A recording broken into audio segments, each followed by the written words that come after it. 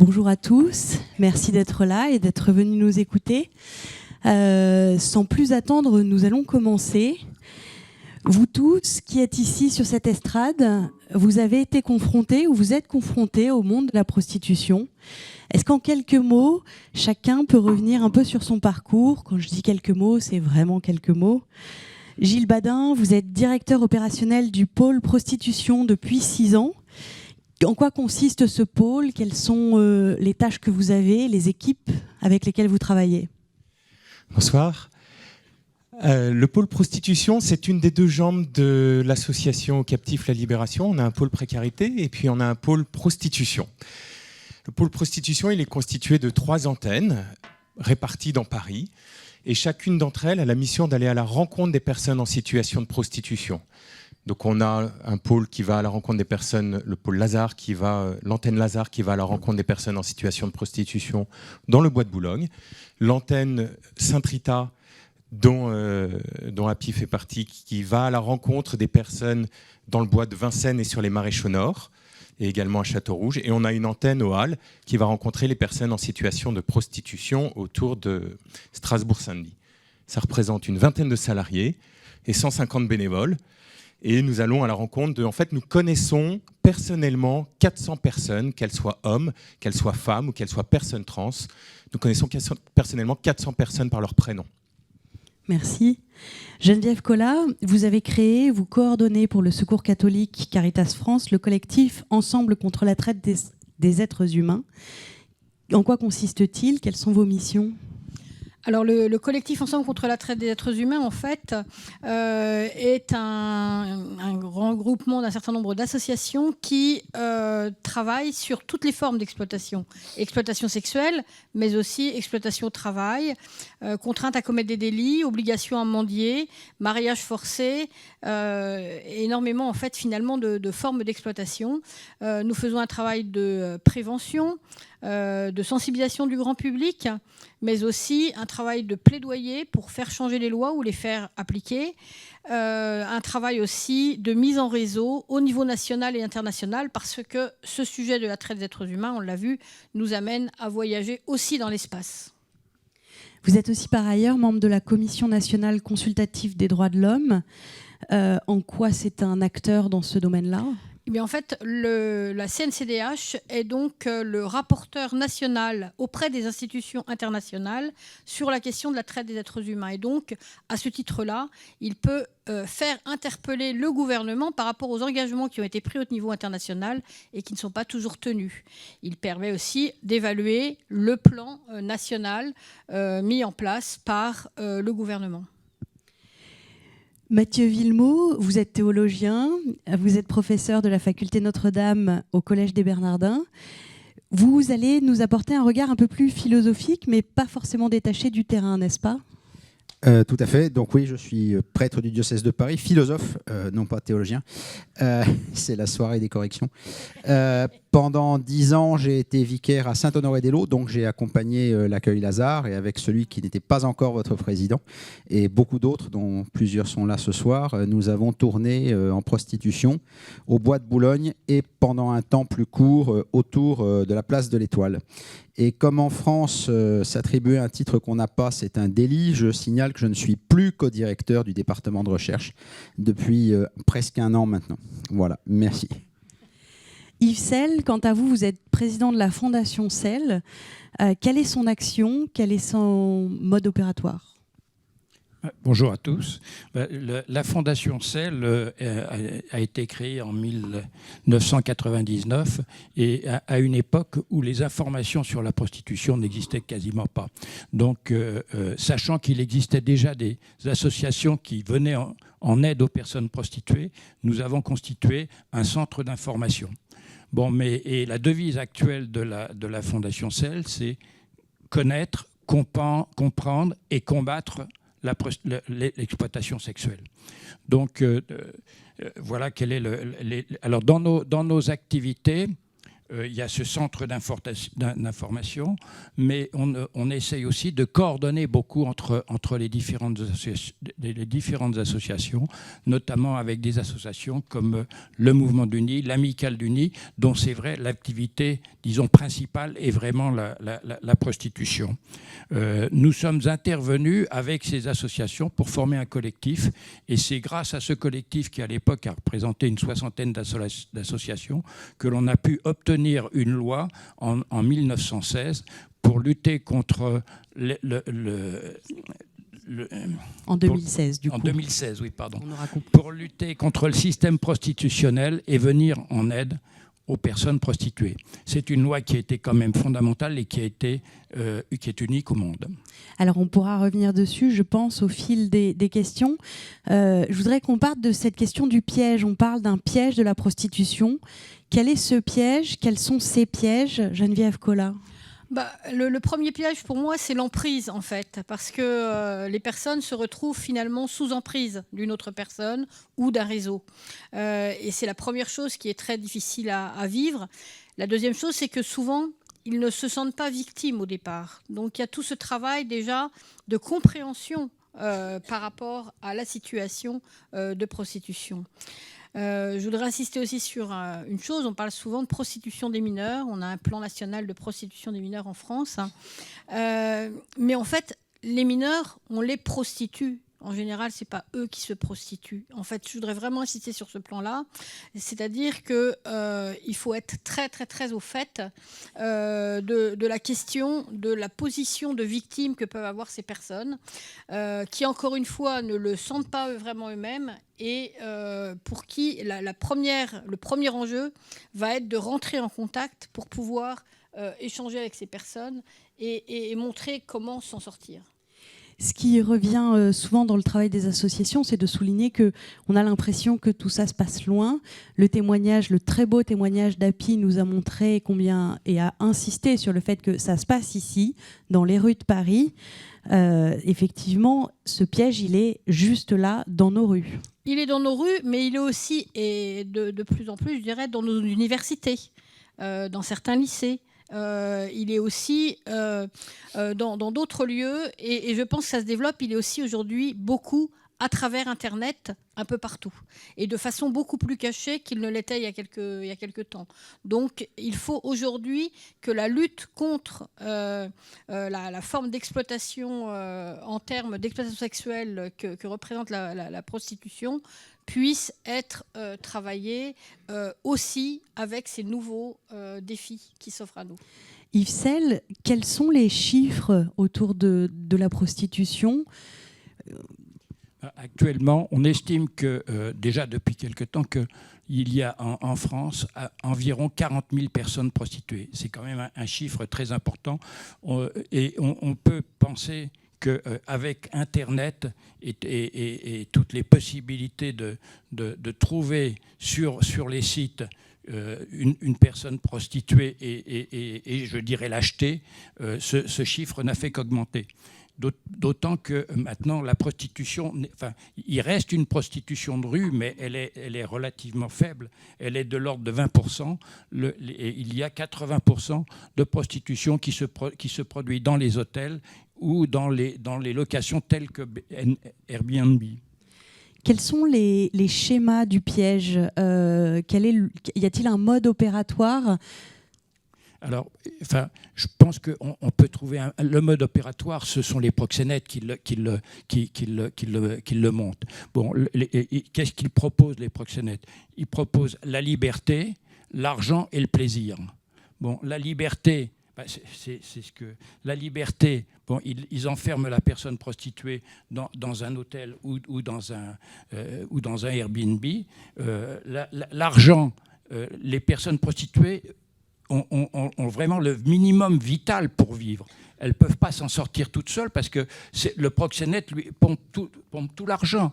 Il y a 90% des personnes en situation de prostitution qui n'ont pas de quoi vivre, qui sont au minimum vital de vivre, alors que certains pensent qu'elles gagnent beaucoup d'argent, ce qui est complètement invraisemblable.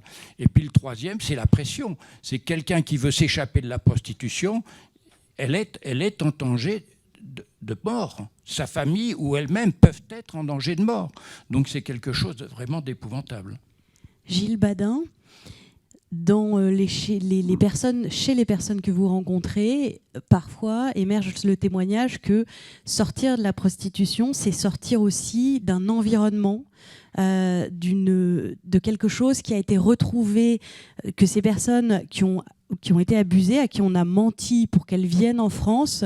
Et en fait, elles vont retrouver quand même une certaine sécurité parce qu'elles sont entourées de personnes qui, comme elles, ont été trompées. Et donc, il faut aussi sortir de ce schéma-là, de ce ressort-là quand on veut sortir. Et ça, c'est pas facile. En fait, ces personnes, effectivement, depuis le début de leur parcours migratoire, comme on l'a entendu tout à l'heure avec Happy, on leur a menti. Elles ont été trahies. Et souvent par des compatriotes qui parlent leur langue, qui les connaissent bien. Et puis ensuite commence ce parcours de migration où effectivement, on continue à leur mentir. On a mentionné la Libye. Elles arrivent en Europe, on continue à leur mentir. Alors effectivement, quand nous, on arrive à la rencontre de ces personnes et qu'on les rencontre dans le bois, pourquoi est-ce qu'elles me feraient confiance à moi qui n'ai pas sa culture voilà. Alors que quand elles sont en France depuis plusieurs mois, plusieurs semaines, plusieurs mois, effectivement, elles ont recréé un environnement qu'elles connaissent. C'est-à-dire qu'elles vont vivre en communauté avec des personnes nigérianes, elles vont manger ce qu'elles avaient l'habitude de manger au pays, elles vont parler leur langue, le pidgin, avoir des habitudes. Et en fait, c'est ce qu'on appelle des bénéfices secondaires. C'est-à-dire que malgré tout, on est emprisonné là-dedans parce qu'on y est finalement, excusez-moi, mais pas si mal. J'espère qu'on va aller plus loin que ça. Geneviève Collat, en quoi est-ce que la prostitution entre dans un schéma qu'on dit de traite des êtres humains ? Alors, il s'agit d'une forme d'exploitation, comme je l'ai dit, et d'une forme d'exploitation d'ailleurs qui existe sous plein de formes différentes. Parce qu'en fait, il y a en effet les personnes qui sont exploitées dans des lieux particuliers, que ce soit en effet aujourd'hui par le biais des plateformes comme Airbnb ou que ce soit dans des bordels, selon les pays aussi et selon les organisations. Mais c'est aussi... en fait, d'autres formes du style de l'utilisation des personnes ensuite pour la pornographie, par exemple. C'est toujours très vrai, en particulier pour les enfants, mais aussi pour les adultes. Et donc, ces différentes formes de traite montrent une exploitation où la personne est en général prise sous l'emprise, comme je le disais tout à l'heure, et vont être exploitées de différentes façons. Et ce qui est important à dire aussi, c'est que très souvent, il y a plusieurs formes d'exploitation et des personnes qui se retrouvent finalement dans la prostitution alors qu'au départ, elles étaient contraintes à voler ou contraintes à mendier et puis, ou alors contraintes même dans des trafics de drogue. Et puis en fait, on se rend compte que finalement, le trafic de drogue, il faut avoir la matière pour pouvoir le faire. Tandis que le trafic d'êtres humains, il suffit d'avoir la personne. Et donc, il n'y a pas besoin, du coup, il n'y a plus besoin de cette matière. Donc, c'est encore plus facile d'une certaine manière. C'est assez horrible, mais c'est la raison pour laquelle ce phénomène de traite existe. Après, c'est une qualification juridique quand on parle de traite des êtres humains. Et la qualification juridique, elle est différente quand on est enfant ou quand on est adulte. Les définitions sont un peu différentes. Et pour nous, tout enfant, pratiquement victime dans le cadre d'une exploitation, dans le cadre de la prostitution, est aussi victime de traite. Il n'y a pas besoin de passer les frontières pour parler de traite des êtres humains, contrairement à ce que tout le monde croit. Et la traite des êtres humains n'est pas seulement la traite à des fins d'exploitation sexuelle. Donc il faut avant tout faire tomber les idées reçues, sensibiliser le grand public et pour changer le regard des personnes, parce que face à la prostitution, il y a des regards qui tuent et des regards qui relèvent. Et je crois qu'Au Captif la Libération montre bien ces regards qui peuvent relever. Yves Selle, il y a un regard qui tue, comme vient de le dire Geneviève Collat, c'est celui un peu de l'ignorance, et notamment l'ignorance de la réalité, de la douleur physique, des sévices corporels qu'entraîne la prostitution, avec parfois le besoin, et peut-être ce soir, le besoin de dire les choses telles qu'elles sont avec des mots crus, comme vous avez pu le faire quand on avait échangé entre nous. Oui, je sais pas. Ce que l'on peut dire, j'ai là une citation d'une personne qui a été prostituée pendant plus de 30 ans, qui est une femme remarquable, qui s'appelle Rosen, que certains d'entre vous connaissent. Elle dit « à chaque homme client, c'est comme une brûlure en plus. Quand tu en as 10, 15 par jour, ton corps se consume et s'éteint. C'est des brûlures que tu ne sens pas, mais qui sont réelles. À chaque client qui arrive, paf, c'est un morceau de ton corps qui s'en va. Tu t'oublies complètement. Tu n'as plus de sensation. C'est un mode de survie, destructeur, un engrenage. » Je pense qu'effectivement, ces paroles de cette femme qui est tout à fait remarquable montrent bien ce qu'est la prostitution. En fait, c'est une véritable torture. Quand on pense qu'une personne prostituée peut avoir 5, 10 rapports imposés par jour, c'est impensable. Est-ce que dans cette situation de la société aujourd'hui face à la prostitution, ce genre de témoignage, le témoignage d'Api, c'est quelque chose qui est difficile à entendre, quelque chose que la société ne veut pas entendre, savoir le parcours de ces femmes, entendre et, entre guillemets, les humaniser? Est-ce que la société, par moment, ne les déshumanise pas parce que c'est plus facile ? D'abord, pour pouvoir témoigner, il faut être très courageux. Je pense que le témoignage qui nous a été donné tout à l'heure est vraiment un exemple de courage. Et il y en a très très peu de personnes prostituées qui osent parler, parce qu'elles en parler est tellement violent que c'est pas possible. Donc les témoignages sont très très rares de personnes prostituées. Et celles qui ont réussi à s'en échapper, elles n'ont qu'une envie, c'est de ne plus y penser. Là, il y a un vrai effort de la société, comme ça a été fait dans certaines situations, pour que les personnes qui ont vécu dans la prostitution puissent en parler, qu'elles soient considérées. C'est quelque chose qui est très difficile.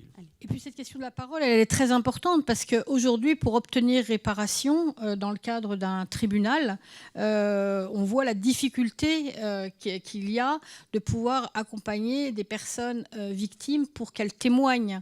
Alors que ce témoignage, il est vraiment très important aussi dans le cadre de l'accompagnement juridique.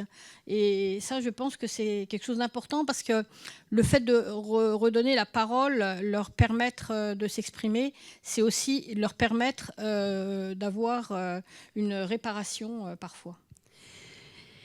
Mathieu Villemot, est-ce que ce piège de la prostitution s'inscrit-il aussi dans un contexte d'une société qui a un regard particulier sur la sexualité ? Mais oui, s'il peut y avoir 40 000 prostituées, peut-être même plus en France, c'est bien que ce n'est pas seulement parce qu'il y a des proxénètes. C'est aussi, qui, bien sûr, joue un rôle clé, mais c'est aussi parce que notre société a des idéologies qui rendent la chose possible. Alors j'en cite deux. D'abord, il y a la théorie des besoins. Je vous donne juste une anecdote. À Saint-Honoré-des-Laux, un couple très engagé dans la manif pour tous apprend que je prépare un livre où je condamne la prostitution. Et madame, en présence de monsieur, me dit « Tu ne peux pas être contre la prostitution. Les hommes ont des besoins. » Deuxième anecdote, un confrère me dit, en présence d'une dame catée, comme on dit, que les prêtres pédophiles n'ont qu'à aller voir les prostituées, ça ira beaucoup mieux. Ce qui oublie un peu vite qu'il y a des prostituées mineures, que c'est donc ces prostituées-là qui vont voir les prêtres pédophiles. Donc ce genre de raisonnement, tenu par des catholiques pratiquants et des prêtres, entre autres bien sûr, fait que la prostitution est possible. La deuxième chose, c'est que nous sommes dans une société de financiarisation généralisée. Tout s'achète et se vend. Et ces logiques-là sont entrées dans le domaine de la vie sexuelle. Je vous cite deux auteurs. Un certain monsieur Scarpetta, qui parle de l'illusion d'une naïveté confondante selon laquelle il pourrait exister quelque part des femmes qu'on ne paye pas.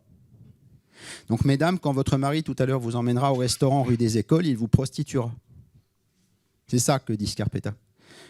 Et par ailleurs, Philippe Cobert dit « Le ou la prostituée ne fait qu'assumer le rapport d'argent, tapis ou n'importe quel rapport sexuel. Tout se vend, tout s'achète. » Donc si on n'est plus capable de penser la gratuité, à laquelle par exemple Benoît XVI nous a invités avec force dans son encyclique sociale, eh bien on ouvre la porte très officiellement. Ce sont deux auteurs qui sont pour la légalisation de la prostitution. On ouvre la porte très officiellement à la prostitution. Et tant qu'on tolérera ce genre de raisonnement, eh bien, il y aura des Happy.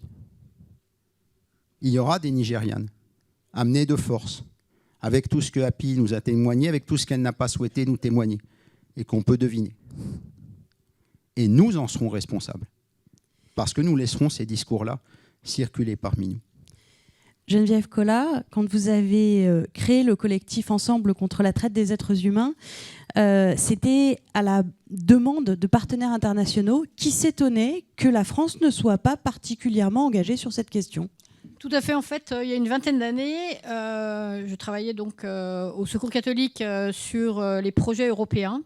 Et en fait, j'ai eu beaucoup l'occasion de rencontrer des partenaires en Ukraine, en Russie, au Kosovo, en Albanie et dans les pays d'Europe de l'Est, qui avaient les uns des lieux d'accueil pour les personnes prostituées, des autres des campagnes de sensibilisation pour sensibiliser les jeunes qui voulaient partir à l'étranger et les éviter de tomber dans la traite. Donc, en fait, avec ces partenaires, je visitais donc des lieux d'accueil, des lieux où ils faisaient de la sensibilisation dans des écoles, mais aussi auprès de médecins. Voilà, des choses en France. On n'en entendait pas parler, très peu. Il y avait quelques associations qui faisaient déjà du travail.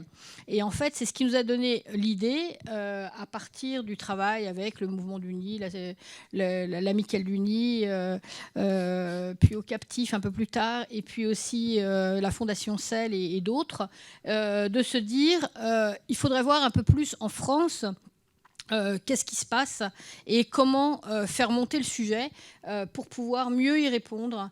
Et en fait, on a profité du moment où la convention du Conseil de l'Europe contre la traite des êtres humains était écrite pour participer à cette écriture en tant que réseau Caritas avec le Conseil de l'Europe. Et à ce moment-là, c'est là que nos partenaires nous interpellaient en disant on ne peut pas regarder la chose que vue de nos pays, mais il faut aussi la voir vue de vos pays qui accueillaient des personnes prostituées. Et c'est comme ça, en fait, qu'en France, on s'est dit on va créer un collectif pour travailler tous main dans la main, que l'on s'occupe plus d'enfants, d'adultes, de personnes à la rue ou d'autres types de publics. Gilles. Si je peux me permettre, il y a depuis longtemps, il y a beaucoup de dénégations en France sur la prostitution. Pendant les associations, dont les Captifs, si ma mémoire est bonne, ont signalé que les débats avant la nouvelle loi n'en parlaient que des femmes. Hommes, trans, mineurs, qu'on n'ait pas jamais vu. On a parlé à l'Assemblée nationale que des femmes. Bon, donc première dénégation. Autre dénégation, elle est plus ancienne, mais c'est pour moi un honneur de le dire. Vous avez entendu comme moi qu'à la bataille de Dien Bien Phu, pendant la guerre d'Indochine, il n'y avait qu'une femme, Geneviève de Galard, qui, grâce à ça, est morte avec une batterie de décorations qu'elle méritait amplement. Elle a protesté contre ça. Elle n'était pas la seule femme. Il y avait plusieurs bordels militaires de campagne, c'était leur dénomination légale, dont les femmes avaient rang de combattantes du CEFO, du comité et du corps expéditionnaire français en Extrême-Orient.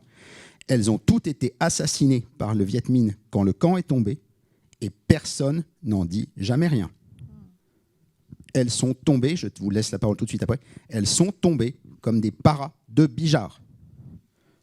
Gilles Badin, quand vous parlez de ce que vous faites, est-ce que c'est bien reçu? Est-ce qu'on comprend votre démarche, votre travail, tout simplement? Ou est-ce qu'on vous regarde avec des grands yeux parfois? J'ai le souvenir du téléphone qui sonne un soir tard et au bout du fil, une femme qui me dit à quoi vous servez? Cette femme déposait ses enfants assez régulièrement dans le bois de Boulogne, au tir au pigeon, je ne sais jamais. Voilà, et elle m'appelle, elle me dit mais comment est-ce possible que mes enfants voient cette camionnette devant ce club tous les soirs quand je les ramène? Et en fait, dans sa tête, la camionnette de l'association, du coup. Non, pardon, la camionnette de cette femme prostituée. Merci. Et en fait, elle était là, mais ça me dérange, nettoyer ce paysage, je ne veux plus voir ces personnes qui prennent une place qu'elles ne devraient pas prendre. Et en fait, c'est ce que vous disiez, c'est-à-dire qu'on n'a pas conscience qu'elles ne l'ont pas choisi. Ces femmes sont ici, dans le bois, elles ne l'ont pas choisi, on leur impose ça. Moi, tout mon travail, il a été de leur dire, mais imaginez bien que cette femme, elle ne souhaite qu'une chose, c'est une vie meilleure. Elle ne l'a pas choisie. Pour elle, se faire insulter au quotidien par ces personnes qui passent, c'est insupportable. Justement, au Captif, s'est développée une approche des personnes en prostitution, en situation de prostitution, afin d'entrer en relation avec elles, de les regarder à nouveau comme des personnes humaines. Quels sont les différents axes de cette approche ? Je pense qu'il y a 42 ans, quand notre fondateur a créé la Maraude, la Tournée-Rue, elle s'appelle la Tournée-Rue, on l'appelle la Tournée-Rue, ça a été quelque chose de révolutionnaire. C'est-à-dire qu'il a mis en place un aller vers pour créer un lien qui peut devenir un lien de confiance. À l'époque, il y a 40 ans, je crois que le travailleur social attendait dans son bureau que la personne vienne à lui. Lui, il a mis en place cet aller vers.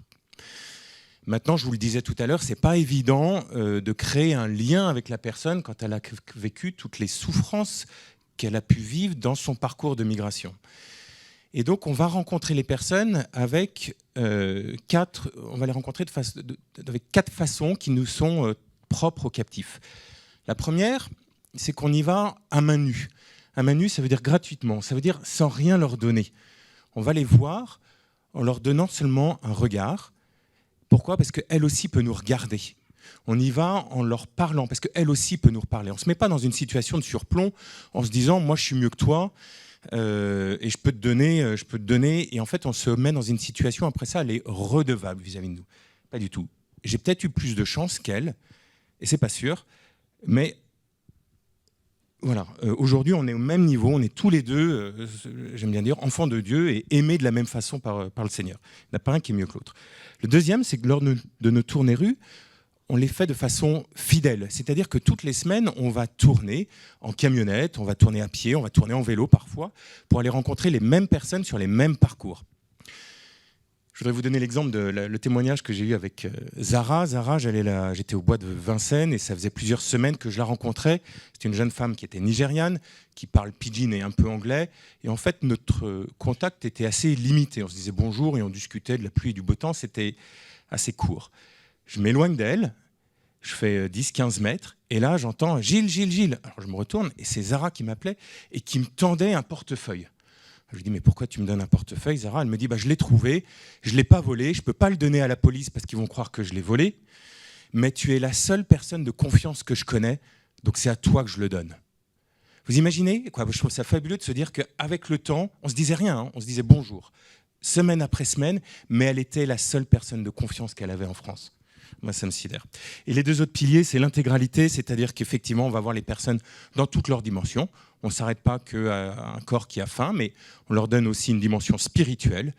Tous les mois, on organise des prières rues. Je vous encourage à venir aux prières rues des captifs. Si vous venez à la prière rue, par exemple, que l'on fait pour les personnes trans à la mission espagnole dans le 16e, il y a une vraie ferveur et on sent que les gens ont soif de Dieu. Et puis le dernier, c'est l'inconditionnalité. C'est-à-dire qu'on va voir tout le monde.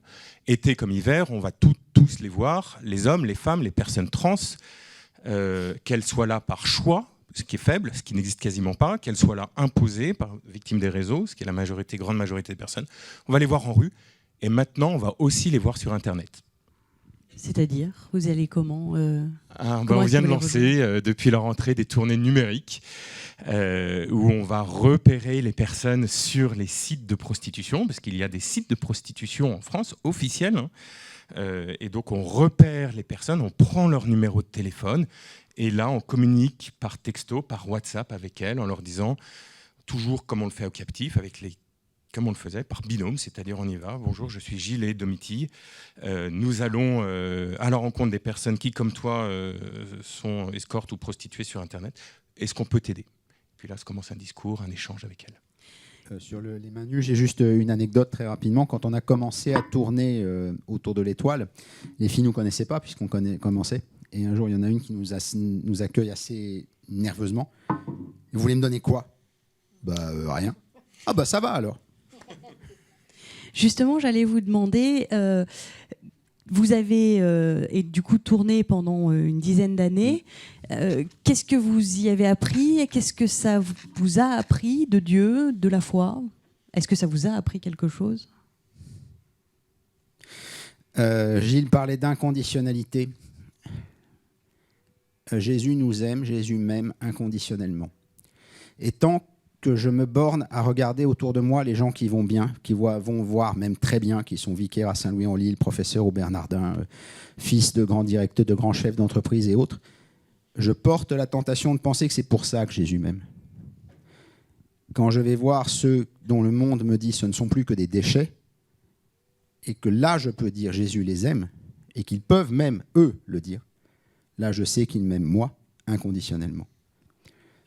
Je pense que c'est ça que je vais chercher auprès des pauvres en général et auprès des prostituées en particulier.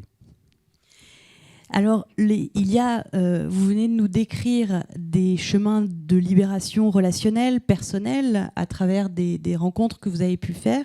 Il y a tout un champ en termes de prévention, il y a des choses à faire en termes de politique publique contre la prostitution. Comment on combat ça? Comment, Geneviève Collat, vous combattez, vous apportez des chemins de libération à ces personnes? Eh bien, je dirais que c'est la collaboration et la complémentarité entre les différentes associations qui permettent de répondre aux situations. Parce que, en fait, certaines associations sont plus généralistes, d'autres travaillent plus sur un plan particulier. Et ce qui est important face à une personne qui est victime d'exploitation, finalement, c'est de pouvoir avoir un accompagnement à la fois social, juridique, dans le domaine de la santé, physique et mentale, et vraiment quelque chose de global. Et c'est là que tout le travail qui peut se faire en collaboration les uns avec les autres va permettre déjà d'être plus efficace par rapport à chaque personne rencontrée, mais aussi de construire des politiques publiques, en tout cas de participer à la construction des politiques publiques. Et c'est vraiment ce que l'on fait aujourd'hui de façon collective dans le cadre de la préparation d'un plan national de lutte contre la traite des êtres humains qui, on l'espère, va sortir prochainement. Dans le cadre de tout le travail qui est fait aussi avec le secrétariat d'État à l'enfance par rapport à l'exploitation sexuelle des mineurs. Et tout ce travail n'est possible que par la collaboration entre associations, mais aussi la collaboration entre associations et institutions. Et puis, il y a aussi tout un autre travail que je disais tout à l'heure, qui est le travail de sensibilisation.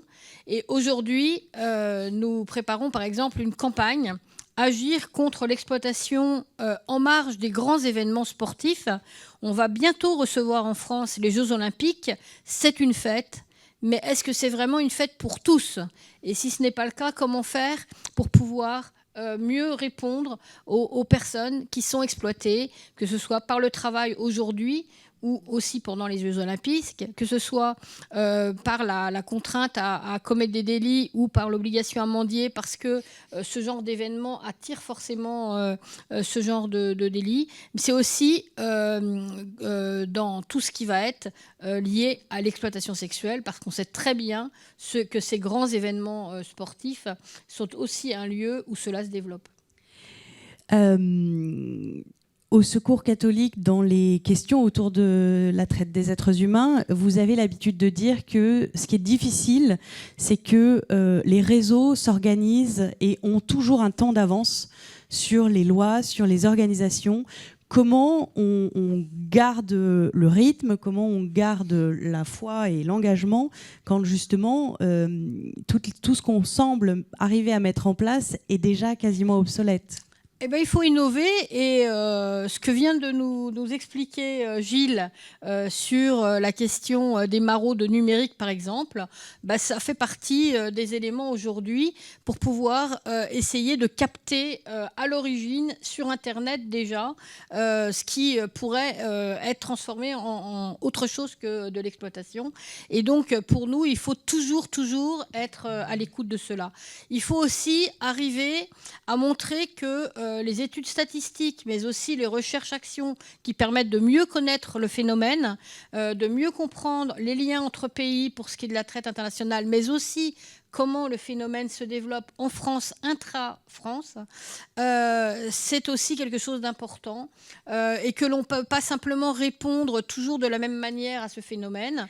Avec Caritas, par exemple, on a fait une recherche-action sur la traite dans les situations de conflit il y a quelques années. Et quand la guerre en Ukraine est arrivée, on était au taquet pour pouvoir, avec les institutions, dire « Allez, qu'est-ce qu'on fait en France pour ces femmes ukrainiennes ou ces hommes ukrainiens ou ces enfants ukrainiens qui vont arriver et comment faire pour pouvoir sensibiliser, faire de la prévention avec ces publics ?»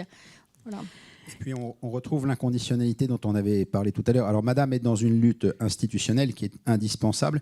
Moi, je suis sur un plan un peu différent, qui est la présence auprès de Happy ou de tel de ses frères et sœurs. Je n'exigerai pas du ou de la prostituée qui est devant moi qu'il ou elle s'engage dans un parcours de sortie de prostitution pour enfin aller la voir, enfin lui proposer un café, enfin parler avec. Si dans 5 ans, il ou elle le fait, que Dieu soit béni. Mais aujourd'hui, il est là, je suis là, point. Yves Selle, vous disiez qu'il y avait une loi aujourd'hui en France. Quelle est-elle? Quels sont les contours? Alors, avant de parler de la loi, ce qu'on peut dire quand même, c'est que la prostitution, c'est un énorme marché. La prostitution, c'est 3,2 milliards par an de recettes de la part des proxénètes. C'est quand même énorme. C'est à peu près du même ordre que celui de la drogue. Donc, 3,2 milliards. Et on peut estimer que le coût pour la France, le manque à gagner pour la France de cet argent qui part la plupart du temps à l'étranger, c'est à peu près la moitié. Donc, si on n'utilisait qu'une partie de cet argent pour lutter contre la prostitution, on ferait d'énormes progrès. Bon, effectivement, comme on en a parlé tout à l'heure, effectivement, l'aide aux personnes prostituées est quelque chose d'indispensable et d'humain. Il faut vraiment foncer dans ce domaine-là. Mais aussi, ce qu'il faut essayer d'éviter, c'est que cette prostitution, elle se propage. Donc, il y a une loi que nous avons réussi à obtenir en 2016 qui a changé la donne. Avant, c'était les personnes prostituées qui étaient pénalisées et les clients qui étaient les auteurs qui eux-mêmes n'étaient pas pénalisés. Bon, la loi a renversé cette situation. Maintenant, un client de personnes prostituées est passible de 1 500 € d'amende et si le juge instructeur le souhaite, de faire un stage pour comprendre la réalité de ce qu'est la prostitution. Bon, mais si vous voulez, je pense que ce qu'il faut prendre en compte, c'est que la prostitution, la personne qui est en situation de prostitution, c'est une torture. Avoir tous les jours 5, 10 clients que vous ne connaissez pas ou que vous connaissez, ça n'a pas d'importance, mais qui vous font des pénétrations, c'est une torture. Et je crois que cette notion de torture, il faut vraiment la faire connaître, que les gens s'en rendent compte.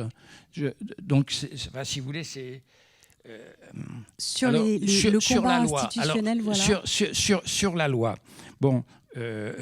il y a quand même eu un certain nombre de progrès de fait, mais depuis sa divulgation en 2016, il y a eu 1275 personnes prostituées qui ont pu bénéficier de parcours de sortie. C'est peu, mais c'est déjà toujours ça. Bon, ça devrait être... On pourrait faire beaucoup mieux si l'État avait pris des engagements, si l'État avait vraiment voulu appliquer la loi. Le problème, c'est que la loi a été divulguée juste avant le changement de gouvernement, et le nouveau gouvernement s'est mis d'autres occupations et n'a pas voulu travailler sur ce domaine-là. La loi, elle est mise en place en principe par les préfets. Ce sont les préfets qui doivent faire une enquête dans leur département pour savoir quels sont les lieux de prostitution, combien quelle est la situation de la prostitution dans leur département, et à partir de là, ils doivent prendre des dispositions. Il y a une commission qui est réunie, qui doit se réunir pour accepter les parcours de sortie et pour accepter un certain nombre de parcours de sortie. Malheureusement, il y a très peu de parcours de sortie qui sont acceptés. Il y en a eu 1275 depuis la promulgation de la loi, ce qui est quand même très faible. Alors justement, Gilles Badin, le travail de l'association, c'est aussi de rendre possible ce travail-là en lien avec la préfecture. Comment ça se met en place ? Comment ça fonctionne ? Oui. Alors les parcours de sortie de prostitution, on les appelle les PSP, c'est un engagement de 3 personnes, j'ai envie de vous dire. C'est d'abord l'engagement de la personne en situation de prostitution de s'engager à sortir de la prostitution, avec toute la difficulté que ça peut représenter avec le réseau qui est derrière. C'est un engagement aussi de la préfecture qui aide la personne en lui donnant des papiers provisoires pour 2 ans et puis une aide financière pour s'insérer qui est censée compenser le manque à gagner de la prostitution. L'État donne 300 €, un peu plus de 300 € par personne par mois. Il reste difficile de vivre à Paris avec 330 € par mois. Et à côté de ça, la 3e personne qui s'engage chez nous, l'association, en l'occurrence au captif La Libération, là, et on s'engage à trouver un hébergement pour la personne et un travail. Et on a 2 ans pour faire ça, pour accompagner la personne vers une insertion professionnelle. Alors, les uns comme les autres, vous m'avez dit à un moment donné que on peut tous faire quelque chose dans ce combat contre la prostitution. Alors, Gilles Badin, c'est assez simple, rejoindre les captifs La Libération. Je pense que c'est la première chose que vous proposeriez de faire. Mais est-ce que les uns et les autres, on pourrait revenir sur, voilà, là aujourd'hui, on ne peut pas tous être au niveau d'engagement que vous avez les uns et les autres ou que vous avez eu. Qu'est-ce qu'on peut faire, nous, chacun chez soi ou chacun autour de soi ? À mon échelle, qui est biaisée, hein, je peux vous dire... Donc, il y avait les salariés, il y avait les bénévoles. Certains tournaient, certains restaient à la permanence. Des paroissiens venaient nous aider aux prières rues, soit pour monter la prière, soit pour organiser le repas. Ensuite, c'est créé la chaîne de prière. Enfin, je sais pas, vous avez donné un autre nom tout à l'heure. Mais vous voyez de quoi je parle ? Rue. Non, le réseau prière, voilà. Donc, il y a des gens qui ne font, entre guillemets, rien d'autre que d'être chez eux à prier pour ça. C'est vis-à-vis de la prostitution, à peu près tout ce que je fais partie de ce réseau prière. Donc voilà, déjà, à ma toute petite échelle, je viens de vous nommer 7 ou 8 postes. Parce qu'il y a un point qui est capital, qui est vrai pour la prostitution, mais pour tous les services de grande pauvreté, l'hôpital, les personnes âgées, etc. Je n'en voudrais jamais à une personne qui me dit, moi, excuse-moi, mais un trans du Bois de Boulogne, je ne peux pas. Non, d'accord, il y a de la place pour toi ailleurs. T'inquiète pas. Si tu peux juste nous fabriquer un gâteau qu'on amènera quand ce sera l'anniversaire de machin, c'est très bien. Je n'en voudrais jamais. Donc ceux qui se disent moi je peux pas, ils peuvent pas. Il faut surtout pas se forcer. Ceci dit, moi je pense que la première chose qu'on peut faire, c'est porter un regard bienveillant sur les personnes. Et on est tous capables, quand on traverse le Bois de Boulogne, de porter un regard bienveillant sur les gens. Combien de voitures sont là, klaxonnent, vous entendez des insultes par les fenêtres ? Non, ça reste des personnes, ça reste des gens aimables, ça reste des personnes en fait. Ce sont des gens qui sont aimables, ce sont des gens qui sont capables d'aimer et ce sont des gens qui souffrent aussi, mais comme nous. En fait, à partir du moment où on se dit que ce sont des gens comme nous, voilà. Moi, je me dis, quand on traverse le Bois de Boulogne ou le Bois de Vincennes sans connaître, ça fait peur. Oui, l'étranger fait peur, la personne qu'on ne connaît pas fait peur. Mais venez à notre place au captif, on les rencontre, on les connaît, on connaît leurs prénoms, on connaît leurs histoires de vie. Il n'y a personne qui nous fait peur. On va tourner la nuit à minuit sur les maréchaux nord, on connaît tout le monde et on n'a pas peur parce que tout le monde nous connaît. Moi, je voudrais aussi insister sur le fait que chacun d'entre nous, en fait, on a une place différente. Alors, évidemment, nous, on est des associations, je dirais, plus ou moins spécialisées qui luttent sur le sujet. Donc, c'est facile. Mais qu'on soit médecin, qu'on soit éducateur, qu'on soit professeur, quel que soit le métier que l'on a, ou quel que soit l'engagement associatif que l'on a, on rencontre des personnes. Et je pense que ce regard bienveillant dont tu parles, il doit être porté et il doit permettre de repérer des personnes qui sont victimes, qui sont exploitées. Et au lieu de tourner le regard, ce qu'il faut, c'est essayer de regarder en face la situation et puis d'orienter les personnes vers des lieux qui vont être plus spécialisés, qui vont pouvoir prendre en charge la question autrement. Mais je pense que le premier pas, il est à faire par chacun d'entre nous. Et je pense que moi, j'ai été confrontée aussi à des enfants, justement, victimes d'exploitation, rentrés dans la prostitution très jeunes, 14 ans parfois, en tant qu'administrateur ad hoc, donc en accompagnant des enfants victimes au quotidien au regard de la justice. Et je pense que ça permet vraiment de mieux comprendre cette situation et de mieux s'engager quand on voit des jeunes de 14 ans qui simplement au départ ont fait une fugue, qui sont pas forcément que des gens au départ vivant dans des milieux de pauvreté, mais dont les parents, les familles se sont éclatés et qui se sont retrouvés complètement perdus à cause de ça. Vous aviez une rencontre marquante, il y avait une personne particulièrement que vous avez accompagnée récemment qui vous avait marqué, Malika. Oui, je pensais à Malika, je vous disais quand on a préparé ici. Malika, en fait, elle avait 14 ans, elle a fait une fugue. Elle a rencontré par Internet un petit copain. Ce petit copain l'a invitée chez elle. Elle a commencé à faire le secrétariat pour un réseau de traite, sans s'en rendre compte. En fait, elle ne s'en rendait pas compte. On lui a dit « Allez, réserve une chambre d'hôtel. » Elle ne se posait pas de questions. On lui a dit au départ, en fait, tout ce qui était de l'organisation, elle ne savait pas exactement pourquoi et comment ça se passait. Puis petit à petit, on lui a dit « Oh, dis donc, t'es mignonne, tu sais, tu pourrais faire l'accueil dans les appartements, on accueille des personnes. » Et puis, elle est rentrée dans le truc. Et puis après, on lui a dit « Oh, bah, tu serais mieux quand même habillée autrement. On va t'acheter des sous-vêtements. » Voilà. Et en fait, étape par étape, elle est rentrée dans un réseau avec un rôle qui était un rôle hyper important, finalement, à 14 ans. Et à 14 ans... Comment elle en est sortie ? Eh ben, il faut beaucoup de temps. Je dirais avec des hauts et des bas, on en sort, on y retourne, enfin d'une certaine manière. À quel moment vous la rencontrez, vous ? Moi, je l'ai rencontrée au moment où en fait il y avait une procédure judiciaire parce que on s'était rendu compte que les trafiquants en fait avaient pris des mineurs pour faire cela. Et donc c'est dans le cadre de la justice que je l'ai rencontrée. Mais c'était un accompagnement de long terme avec des parents qui étaient des parents bienveillants. Enfin, on ne peut pas dire au départ que ce n'est pas des parents bienveillants, mais qui avaient du mal avec la crise d'adolescente de leur fille dans le cadre de rupture familiale. Et ces parents, l'un était au conseil départemental, l'autre cadre dans une entreprise.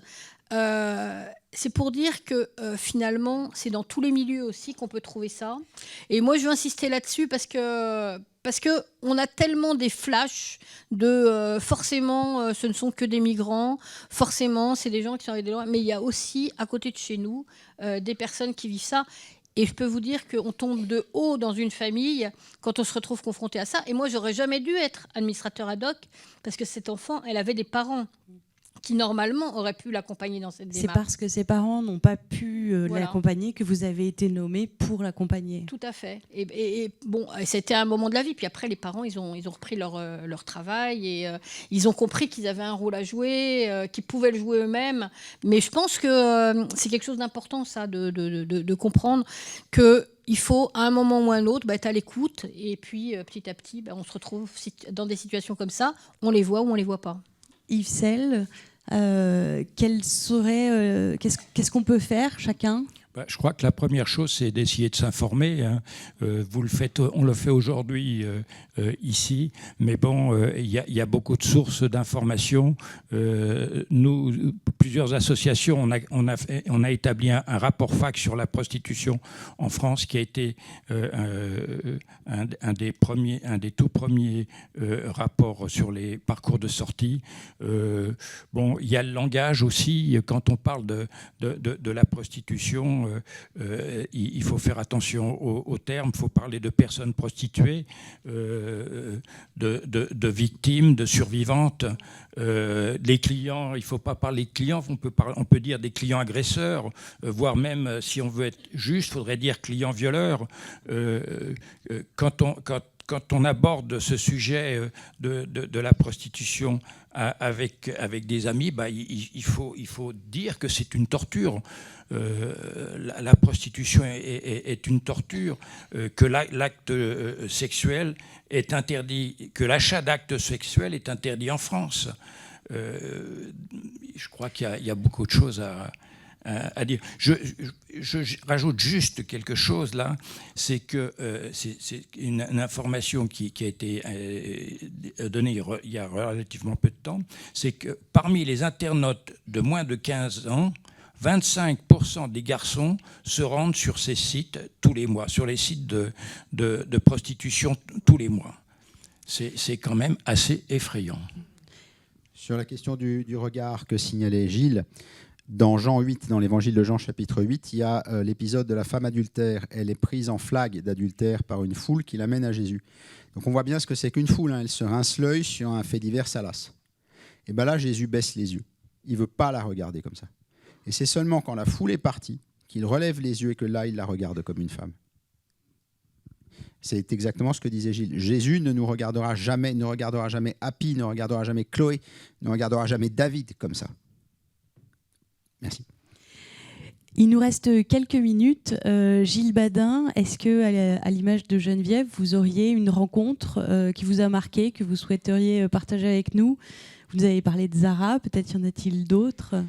Je voudrais vous parler de Marie-Paul. C'est peut-être la seule que je nomme par son prénom parce que Marie-Paul est décédée en fait.